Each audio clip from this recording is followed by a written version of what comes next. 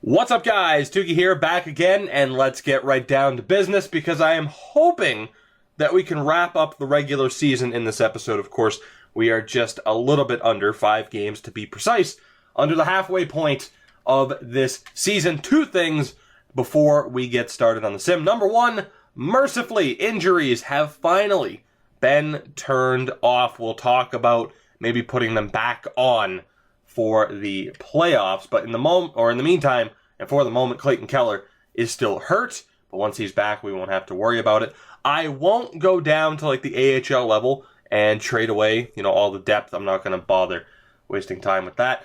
But also, Griffin Outhouse has been called up. Fedorov will start down in Chicago. If there's an injury, if DiPietro gets hurt, I have no problem. If we call up Fedorov, he'll be the starter over Outhouse. But yeah, let's see what we can do here. 25-8-3 so far this season.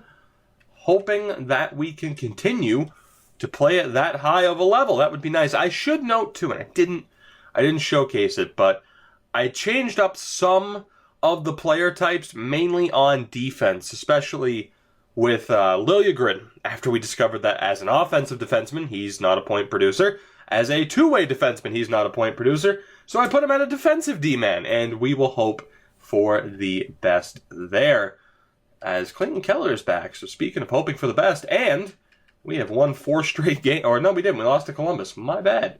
We are 3-1 in our first 4 games this episode, which again isn't too bad, and we are now 17 points clear of the Dallas Stars. That is beautiful. Absolutely beautiful. So let's take McCabe, get him out of the lineup, put him back down in Chicago. We'll get this lineup set, and we will hope for the best. I am potentially thinking of making a move, as that's actually, let's call up Eggenberger. I am thinking of making a move at the deadline. It would involve trading Jake McCabe and looking to pick up, at best, Griffin Reinhart, or at worst, Travis Hamonic, who are both still free agents. And I think it'd be a pretty smart move to try and pick up either one of those guys. And in that way, too, as you saw, McCabe still has a 3-year deal. Now, I'm not sure if we're going to play the next 3 years, but it would probably be worth getting rid of him at this stage, just to help alleviate the cap situation, because again, year after year, it's going to be more and more difficult to retain these players. Of course, the McDavids and the Sergachevs and our main core is what I'm trying to say. You get it. You know what I'm saying here. We are on the same page. We are now officially halfway through the regular season as well. We are coasting. Full steam ahead here. Let me take a look. I think I changed Al Cole to a sniper just because he's about even in points and assists. Of course, McDavid, still a playmaker. I'm not going to go through all of it, but if you noticed any changed player types, I'm not trying to ninja edit them and hide it. It's not that important, really. really. But let's see here. 4 more games for DiPietro. The good thing is we don't have as many back-to-backs coming up as we did in the first episode, which is nice because I'd, of course, rather roll with Michael DiPietro. Although, in fairness, Outhouse did win, and DiPietro just lost his last game. We get a trade offer for Anton Stralman. I'm actually going to look at this. How good is Stralman at this point? Probably not very. 83 overall. Yeah, I'm gonna have to pass on that. 2 third-round picks for an 83 overall, 36-year-old defenseman? No, thank you. And all of a sudden, we are just getting our asses handed to us. A terrible stretch from DiPietro. A little bit of a salvage win there against the Ducks. But right as I said, I had a bit more faith in DiPietro. He has a pretty rough stretch there. So that's wonderful. Thank you, EA.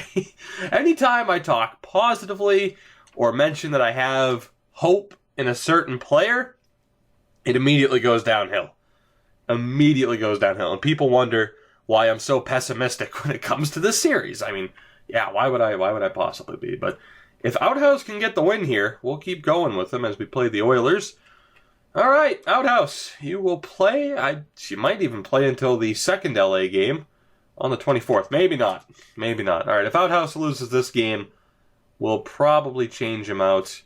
All right, you know what? Fuck it. Outhouse goes until the second LA game, and then we will go with DiPietro again. So we will roll with the hot hand.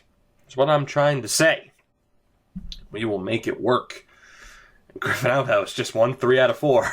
God damn. The goalie carousel continues. So we're now on 72 points before the All-Star break, which is pretty damn good. Turns out we didn't need Carey Price. Outhouse has a 937, a 938 for DiPietro. And quickly, let's take a look. Fedorov still at an 81, still progressing. 13 games for the Wolves. He has a 930 save percentage. So it's working out quite well for both teams, which is good. It's just a matter of seeing if we can keep this up for the rest of the year. The Wolves, though, 27, 11, and 5. Not too bad at all. And let's see what DiPietro can do for us now. A little bit of pressure on him, and he gets a 2-0 shutout to start. I don't want Darren Helm either. I really should go through and edit the trading block, but, you know, laziness. So we won't be doing that.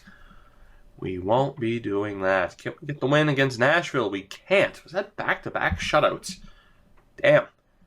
Can't even blame the goaltending. Where's the offense? And there it is, 2-0 shutout victory over Colorado. Lovely. So yeah, it's at this point in the episode, which we're not that far into it. It's at this point in the episode and this point in the season where it's like, okay, you know, clearly we're a good team. So now we're just kind of waiting it out and waiting for the sim to continue. Tim Winkler, hell of a name, 81 overall defenseman, medium top 6 at 23. Don't worry. Nobody else claimed him either because we're probably at the top of the standings, if not still neck and neck with Buffalo. So if nobody else wants him, if it's at the point where we're getting the option to pick him up, every other team passed on him. And to that I say, no thank you. No thank you. DiPietro back up to a 941 save percentage. What a beast. Leading the way. Not too shabby. 57 games into the season. If Outhouse gets the win, we'll roll with him. It might be a 2-loss policy. Unless, you know, he loses right here. Another trade offer. Damn, and he did lose. Okay. So, you know, I should probably take the time really quick. Let's go clean up the trading block. That makes all the sense in the world. And maybe we'll look at seeing if we can get Hamonic on a cheap offer, because I really don't think we'll be able to afford Reinhardt. He's not going to drop below like $7 million per season, even if it is just for 1 year, and we cannot afford that. Although we could get rid of like a Athanasiou or someone and knock $1.5 million to $2 million off the salary cap, and then maybe afford that. But I don't know if it's worth it. I don't know if that is worth it in particular. But let's take a look. And actually, let's see what they're asking for. $3 million bucks. We'd have $6 million if, well, we could get Griffin Reinhardt for the rest of the year. We absolutely could. Actually, let me see here. 2 years, he wants 7.4. Okay. You know what? I think I'm going to try. I think I'm going to try right here. Let's see. We need to trade Jake McCabe. Where could we trade him? I actually don't know. Calgary, maybe? Although the cap situation, probably not. This is the one part that could really suck. It could be very difficult to find a trading partner because a lot of teams are up against the cap.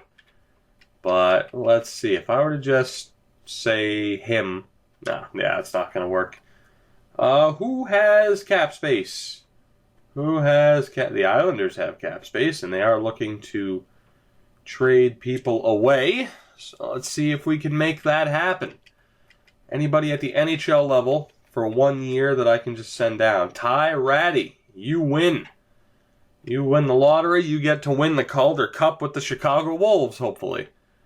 So let's see, for the hell of it, we'll just tack on a third. Will that go through? It should, and it does. Gift horse in the mouth, apparently. Really, if anything, you're doing me a favor, as I will get to pick up a great defenseman one way or another. So let's get Dylan DeMello here. And we'll send down Ty Ratty. And we should hopefully be able to make this happen. Although, looking at it, the cap space is suddenly not what I expected it to be at this point. So I am a little bit concerned. That cap space looked to be a little bit low. Let's see. Defense, we'll put in Witkowski or Lindholm. They're both down to 77s. Cool. We'll go with Witkowski because I know he is a right-handed shot. So this is a little bit of a risk and certainly changing up the look of the team. But I'm hoping I didn't make a mistake. It's looking like I might have. It is looking like I might have. Shouldn't we have had more cap space open than that? I swear we should have had more cap space open than that. You know, I'm going to try anyway. Shit. This is suddenly a really rough situation here. Right. Alright, well that's not happening. Let's see if Hamonic... He's not going to accept that deal, is he? There's no way. What went wrong, and why did I just shoot myself in the foot? So I traded McCabe, who had a $3 million salary. I buried Ty Ratty's contract down in the minors. We should have more salary open, shouldn't we? I don't know, maybe it's just because it's late and I'm kind of tired, but I feel like I'm missing something here. What happened? What happened? Huh. Well, worst comes to worst, I could just send an offer to Connor Murphy. Well, I imagine that is, at least. Let's take a look here. Yeah, you know what? You know what? Fuck it. Jack Johnson. We'll look to bring in Jack Johnson on a one-year deal, and technically, at least from an overall standpoint, he is a slight improvement on Jake McCabe, and we'll be able to cut him at the end of the year and have some cap space. So that didn't work out exactly as I planned, but overall, I think we'll be okay. Hopefully. I could be wrong there. Let's just advance day on this game against the Avs. Jack Johnson is here. Let's get him into the lineup. So I'm feeling all right because it was still a slight improvement, just not as big of an improvement as I thought. I still don't quite understand how I screwed that up, but that is okay. So there we go. Let's get this sorted out. Again, we'll just go best lined, and I'll put Eggenberger on the fourth, but that is okay. Jack Johnson in with Koltsov. And let's take Witkowski out for Dylan DeMello. And both teams are looking good. Let's sim the rest of this year. Let's sim the rest of this season and see what happens. We have, 23 games left to go. No back-to-backs until the month of March. I think we are in a pretty good spot. Can we get win number 40 on the season against the Rangers? Yes, we can. Fantastic stuff from this team, which, I don't know, maybe I expected us to be a little bit worse. You know, trading away Carey Price, losing Ovechkin, although obviously we replaced Goodrow with him. But so far, goaltending, I mean, whether it's propped up by our defense, our ridiculous offense, I don't know. One way or another, we are still getting the results. We're keeping the team the same as we continue on a 7-3 win against the Dallas Stars. Now, we do have a couple of back-to-backs this month. 3 of them, to be exact, which we're already on 91 points this season. I don't think we'll be able to hit the team record that we have set in the past, but we're still arguably the favorite for the President's Trophy. Obviously, I haven't looked at the standings, so we will right now. Let's see how the Sabres are doing. Have we been able to create some distance Connor McDavid, 69 points. Yeah, I mean, they have 2 games at hand, and they could technically match us on points, but so far, so good. But the Sabres, we'll have to take a look at their team at some point. I won't do it now because I want to keep the sim going. And we'll take a look at the Sabres whenever we take a look at the team stats. But Outhouse between the pipes as we play the Blackhawks. Can he get the win? No, we can't. So he has struggled as of late. I haven't given him too many starts, to be fair. But, yeah, it is what it is, right? It is what it is. The best excuse for I don't care to talk about this any further. Alrighty. Then, I do still wonder, too. Mainly if we win the Cup this year. I don't know. Still having doubts and thoughts over whether or not this is the final season. I don't care about any of this. And the main reason, one of the main reasons I'd like to restart is because I am sick and tired of having to deal with owner mode. It doesn't add anything to the mode beyond that initial excitement. So, where it's like, ooh, something new, shiny new toy. And then you realize, like, no, it's not shiny. That was just the sun catching this little chip of paint that was still left over. And yeah, I don't know. I don't know what I'm saying anymore. We have 16 points on the Minnesota Wild. the excitement level for me is just kind of meh until we get to the playoffs. And even then, we've won 3 straight cups. Even then, we have won 3 straight cups. We have 12 games left to go. I'm hoping Outhouse gets a win here. Even if he doesn't, I'm probably going to play... Yeah, okay, we're good then. We'll play him until this Vancouver game on March 24th. As we approach the 50-win mark yet again, the Chicago Wolves, 34 wins. I was looking at the Blackhawks logo in the corner, and then I started talking about the Wolves. I've only made that mistake like 3 times in this series. So, cut me some slack, if you would. But let's see here. The Islanders, we lose against them. We beat the Oilers. It's not a bad stretch of games from Outhouse. 4 wins and a loss. And, yeah, we continue to dominate. 105 points. We have already sealed the conference. Have we sealed the President's Trophy, though?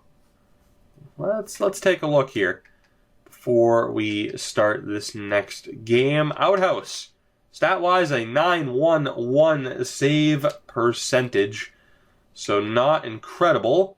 Fedorov's up to an 82. He has a 929 for the Wolves. So, DiPietro obviously still our best bet moving forward. Let's take a quick look at the standings one more time. McDavid now on 79 points. We have 105 points as a team, and we haven't clinched the President's Trophy, but we are pretty damn close. We are pretty damn close, as long as we win the majority of our games here. And actually, I don't even think we'd have to win the majority of our games. It's really pressure on the Sabres if they want that trophy. We don't have any back-to-back games left. So really, what I'm going to do here is I'm going to rest Michael DiPietro. I'm going to rest him. We'll put Griffin Outhouse in for the rest of the season. And I imagine we'll still finish with the President's Trophy. If we don't, I'm not too concerned. But yeah, let's rest our starter for the remainder of the regular season.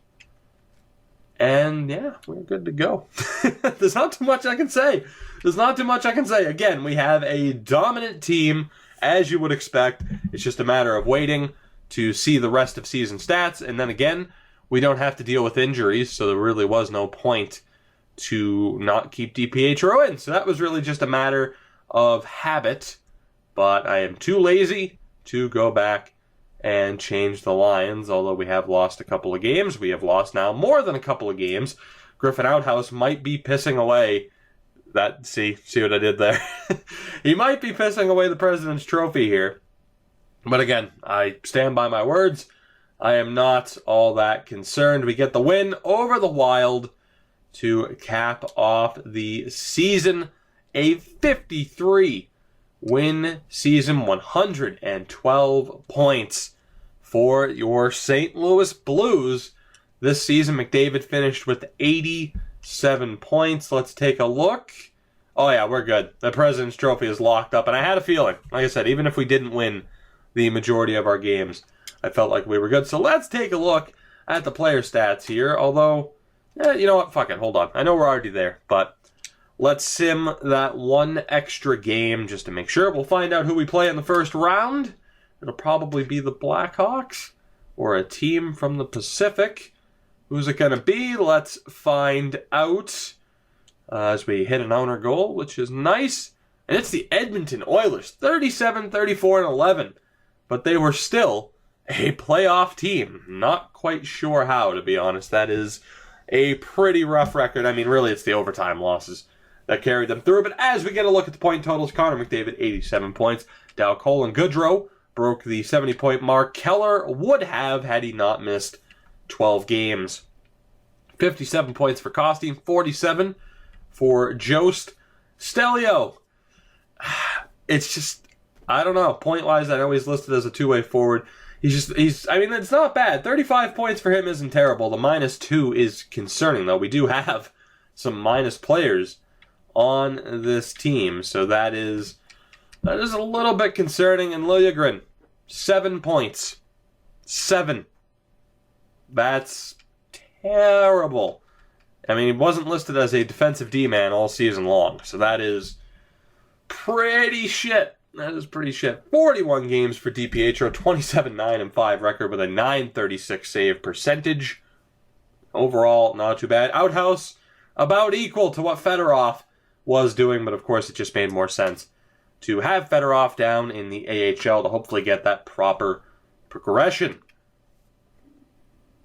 And in the AHL itself, wow, Zadina, almost a point-a-game player. That is insane. Holy shit, almost a point-a-game player. Furtak, 51 points in 69 games for a defenseman. That is also ridiculous. Holy hell. All right, league-wide, let's take a look here. Tarasenko, 103 points. Schwartz with 88. 87 for McDavid. Jeremy Bracco with 86. A line mate of Vladimir Tarasenko. Jakub Vrana, 88 overall, which makes me feel pretty poor about the Red Wings GM mode.